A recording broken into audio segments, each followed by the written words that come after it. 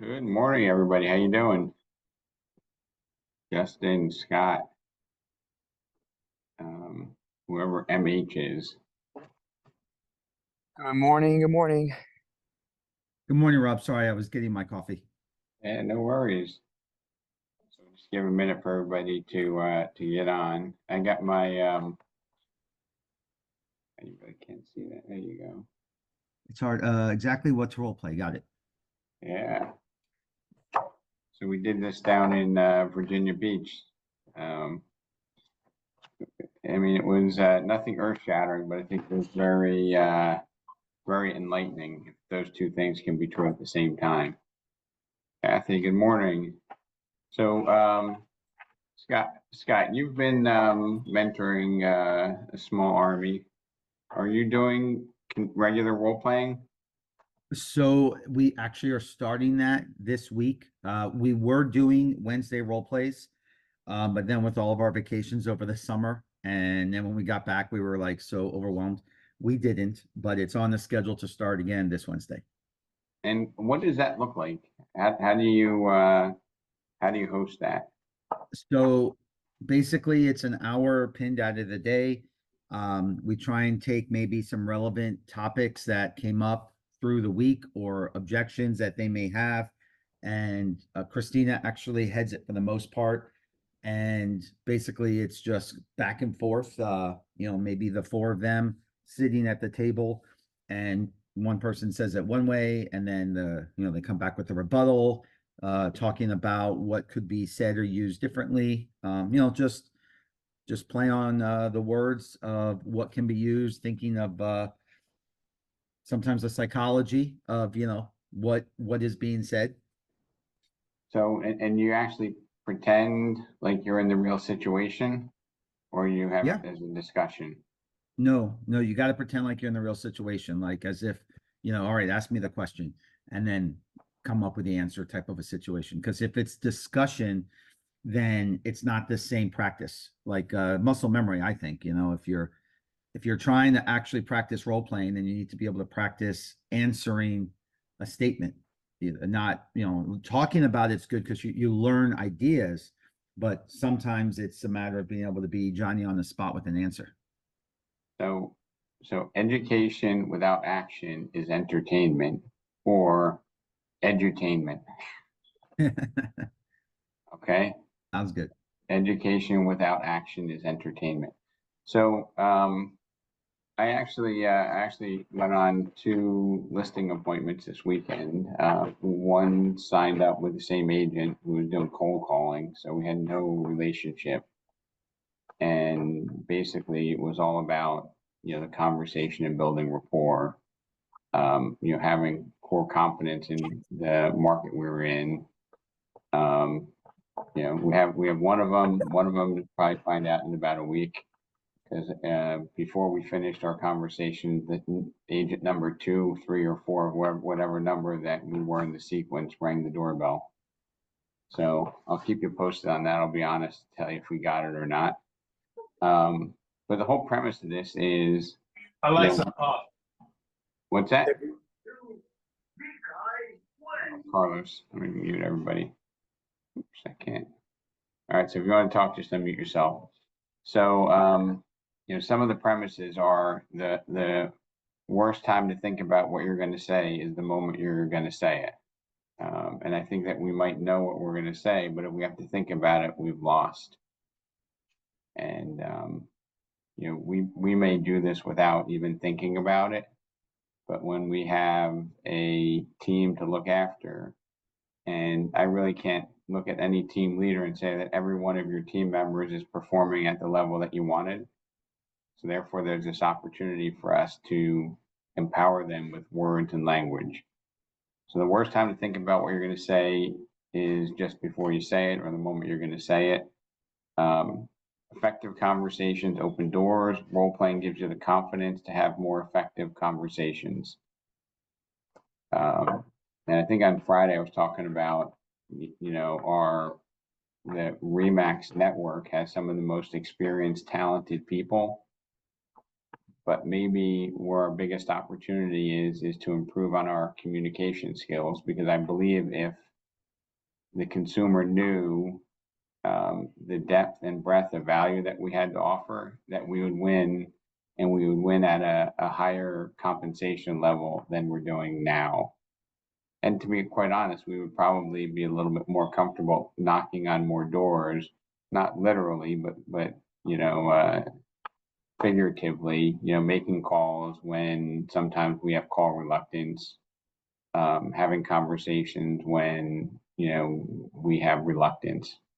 So developing word sequences that reduce friction and allow you to dance yourself into more critical conversations without the option of being immediately shut down creates confidence and increased competence in conversation. This is not my own, it's from the Phil Jones, but possibly the hardest thing of any conversation is getting it started the right way, so you can have the real conversation that you hope to have. Developing word sequences that reduce friction and allow you to dance yourself into more critical conversations without the option of being immediately shut down creates confidence and increases competence in conversation. He gives a lot of examples of transitions, and these are all on these little cards here, and they're in his book. But have any of you caught yourself using these phrases like, I'm not sure if it's for you, but would you consider yourself open-minded? He talks about opening, fact, and question, which I'm not quite an expert on that part yet. But if you watch some of his videos, you can figure that out. Perspective changers. Sometimes all you're aiming to do in a conversation is to invite the other person to see things from a slightly different point of view. These magic words empower you to shift the vantage point and add more curiosity to your talk track, letting them see things from an alternative reality and put you back in control of the conversation. What do you understand? What is your experience? How certain are you? When was the last time? How important is it? Could it be possible? How would you feel if? Just imagine. Assumptive frames. When would be a good time? I'm guessing you haven't gotten around to it. You have 3 options. There are 2 types of people in this world. This is one that I like a lot. I bet you're a bit like me and want to make sure that you make the right decision on such a large sale or purchase. So Chopper, do you and Patrick role play? Yes, with the team, Yes. quite often. And what is, and I'm not putting you on the spot, I just want to get some perspective on how successful people do it. How do you monitor that, or how does that role play go? Well, in the beginning, we just Patrick and me, and then we get the other team members involved because we didn't want them to feel like they're getting picked on. And then we would just critique the responses and tell them, hey, maybe you want to respond in this manner. Doesn't this sound better? The nice thing, like with the Zillow calls, I get to listen to them. And then, a lot of times they're so amped up, they kind of step on their tongue, and we're constantly reminding them 2 to 1. You have 2 ears to 1 mouth, to use that in proportion. We teach them that the best salesperson is the silent salesperson. So that's been very effective. But look, you can take the Socratic approach to answer a question with a question, which is rather successful, But listening is probably one of the most important things in any role play. Yes, and one of the things that I learned from either a podcast or a YouTube video that he had was, and I think he was even saying that it was more of a U.S. based as opposed to a British habit, is we put noise in instead of having a powerful silence. So if you were to ask a question, you need a nanosecond or so to figure out how you're going to answer it. We're always saying, and then we're going into it instead of having that silence be powerful. And I don't know if that makes any sense. I don't know if anybody's ever thought about it. I know, Charlie, you're a big like student of strategies. Have you ever thought about that or consciously thought that? Yeah, I don't do it any longer. So you stop the and you just, I you know, just quiet, open. just have that look. Took me a while. I mean, all of these are habits, right? We all have habits. I'm reading this book ever since you recommended it, and I highly suggest and encourage everyone to read it. It's a fabulous book. See, I just did the yeah, I'm actually making a list of these and then going through them and kind of role playing them in my head when I can. I think they're really powerful. There we go again. Statements. And are you reading the book Exactly What to Say? Oh yeah. I purchased it when you recommended it on one of the calls. Huh? And I was really surprised how good it is. I didn't even realize this until, probably that book came out, that his background was in real estate. That's what he used to do in the UK. So it kind of ties into like the neuro-linguistic programming stuff that Tony Robbins has taught. I wouldn't doubt that he's experienced in NLP. I mean, I think most of the thought leaders that you see in the industry or across different industries, have probably 70% of what they're talking about intersects with others, right? There's rarely, earth-shattering information that's out there.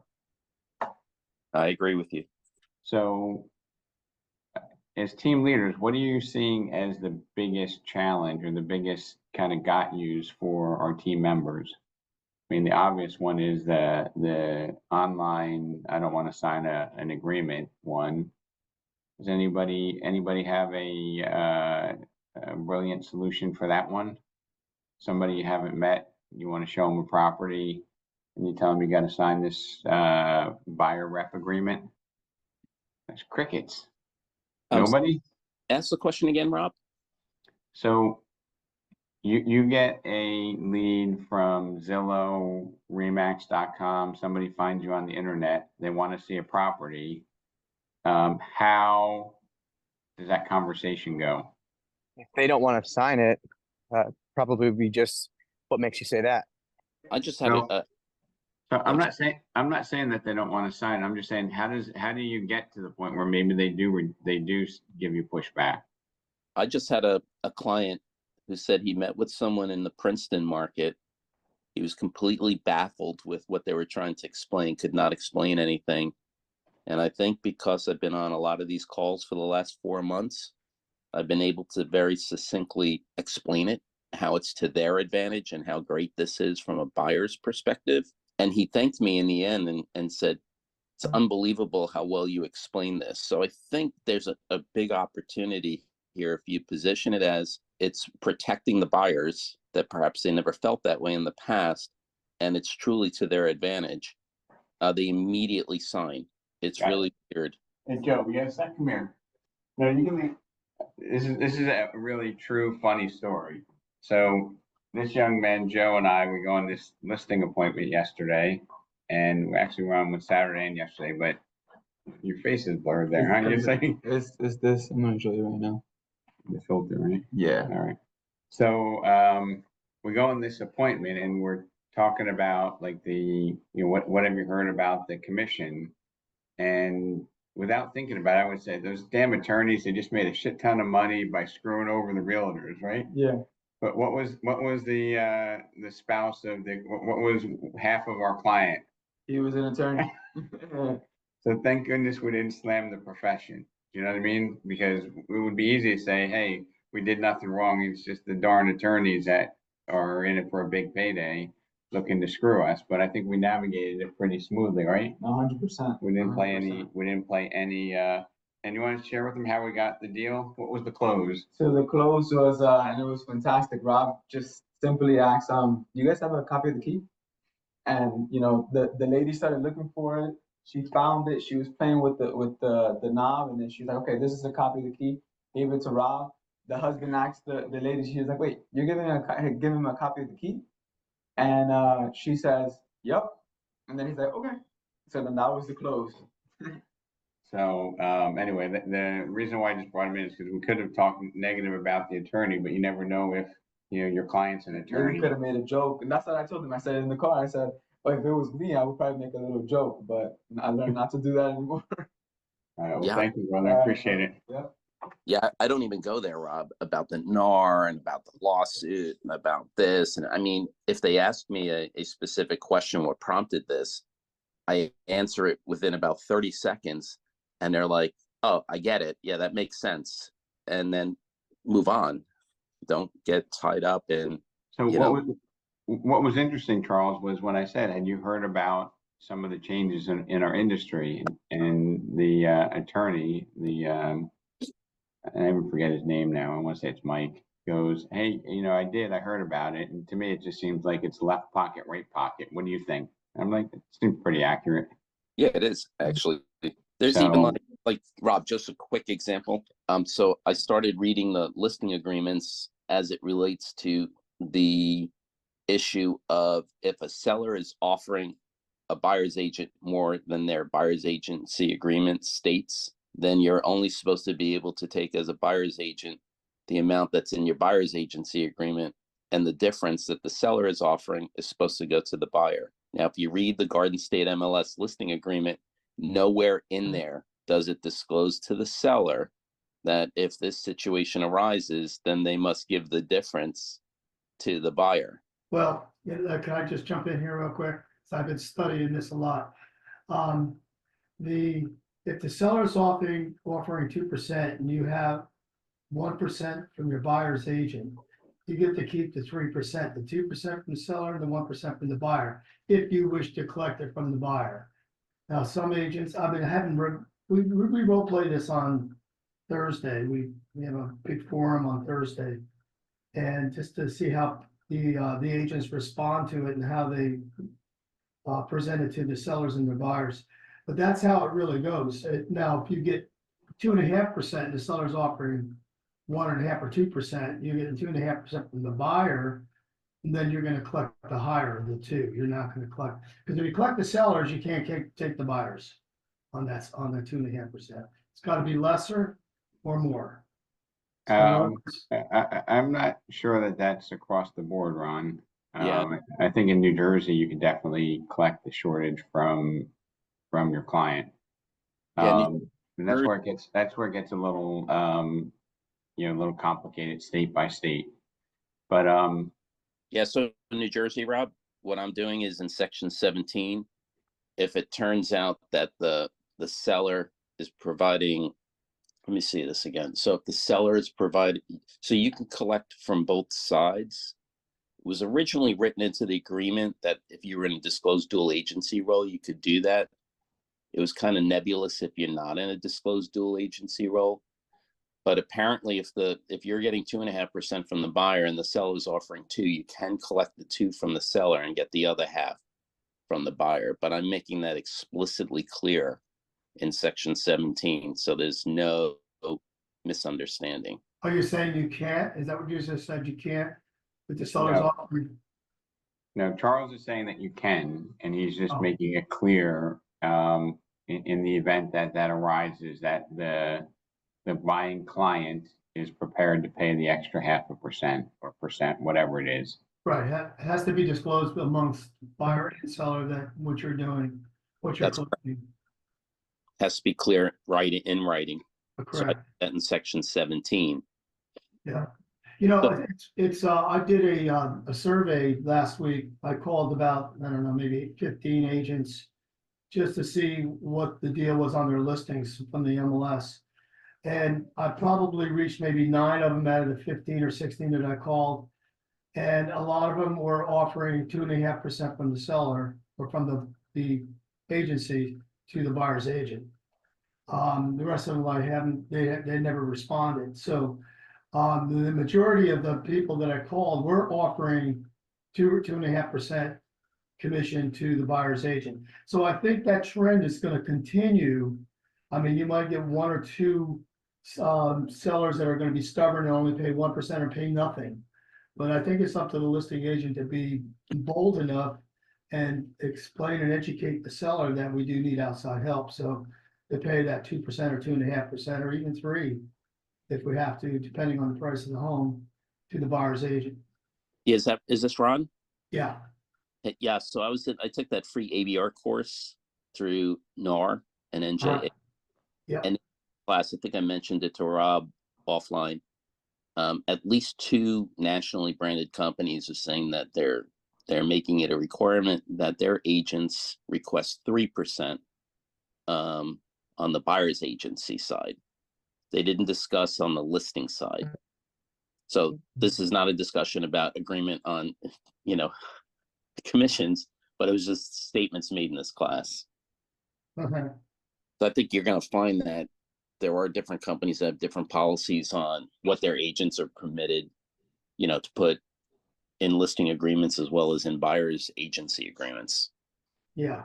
Has anyone on this call had a listing of yours or one of your team members call up and say, hey, I don't want to pay anything out because I saw the news? Yeah, I did. You did? Yeah, one of my clients, well, she didn't say, I don't want to pay. She said, do I have to pay? Because I know I've heard about the new law. Do I have to pay the buyer's agent? I said, well, we agreed on a 6% commission and that RE/MAX was paying 3% to the buyer's 3% to the buyer's agent. If they bring us a contract. But she's okay, I just wanted to check, but she questioned it.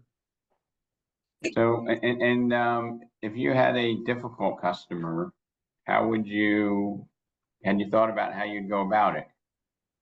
Personally, I would try to meet with them rather than discuss it over the phone, because I think in person, face to face, if you explain to them, show them the numbers, what they would get without having a buyer's agent, showing their numbers with a buyer's agent, could be much more in their pocket. So I think it's best. I mean, personally, that's what I would do. I haven't had that situation yet because it's so new yet. So, but that's what I would do. I'll try to meet them in person to try to persuade them to pay the buyer's agent out of the commission. At least So- pay RE/MAX, and then RE/MAX will pay the buyer's agent like we did before.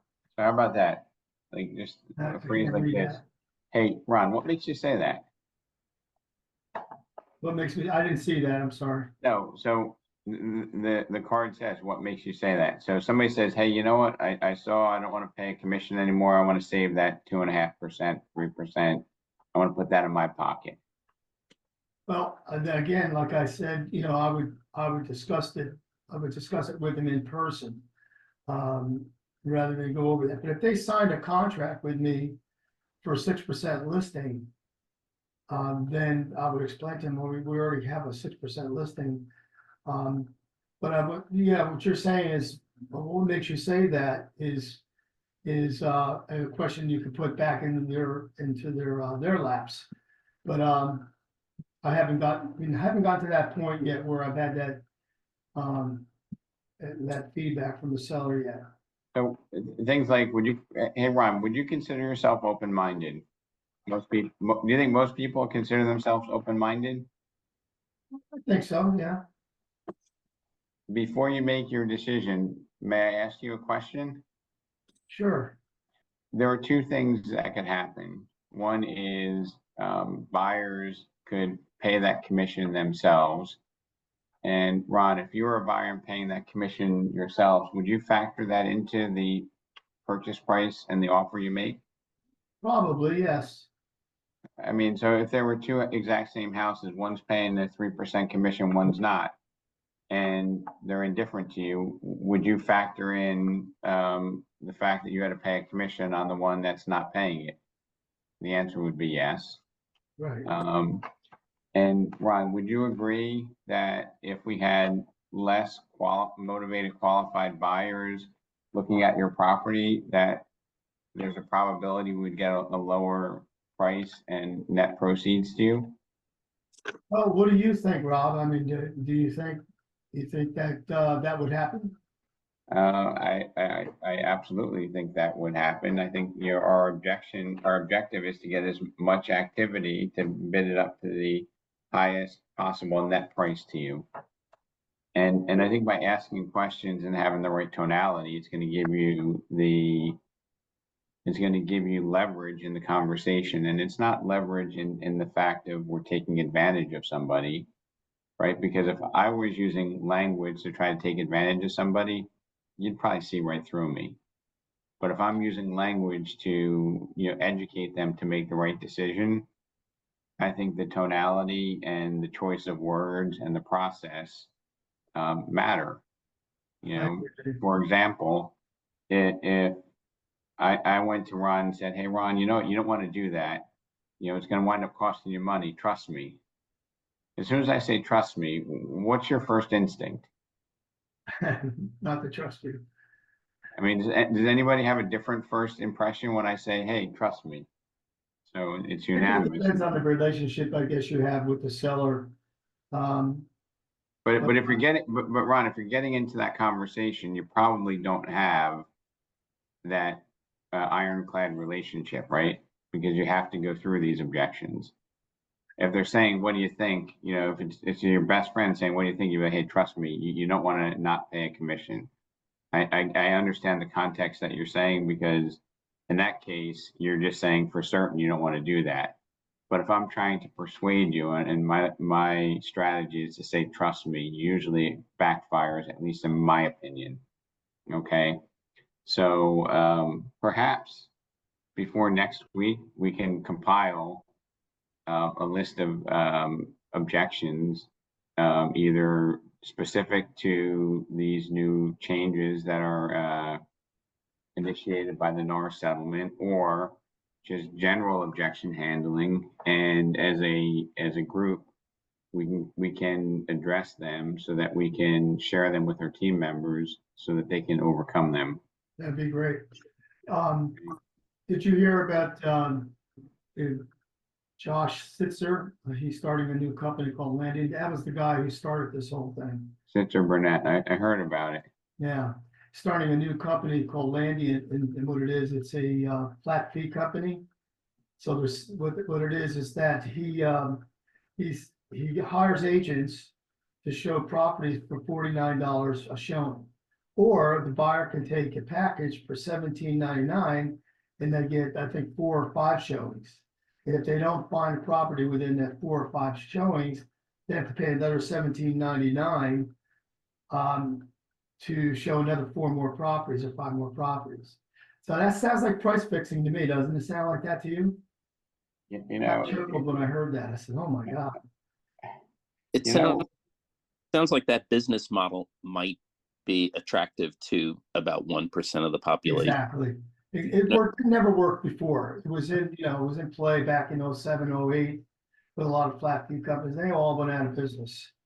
Yeah, it So, was Rob mentioned the other day, in the absence of value, you only have price, right? So if you don't have your value proposition and your value stack conveyed and have them accept and agree with you, then, and then you got to decide, who do you want to do business with? Who's your ideal client, right? So, Rob, real quick here, if I could jump in, I just want one of the rebuttals I really wanted to get to your opinion on, that I run into a lot with for sale by owners is, well, if I were to list it, I would just do a limited service, just put it online and on the MLS, and outside of you get what you pay for type of mentality, what would be your response to something like that? if they were to list it, they would do a limited service. You know, I would say, Justin, would you consider yourself open-minded?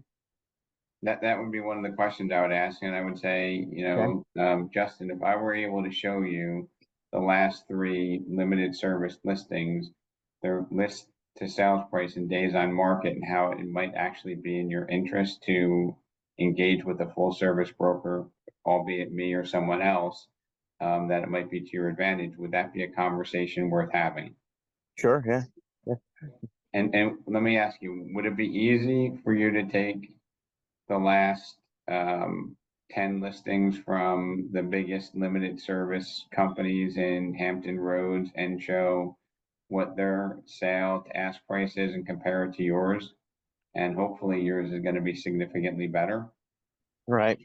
Because my experience is you do a limited service, you know, are sellers biased to overpricing or underpricing? Hmm? Overpricing. Yeah, they're biased to overprice. So, that's how I would personally handle that. And, you know, if they said that they weren't open to it, then I would strongly consider whether or not I would show up, right? Mm-hmm.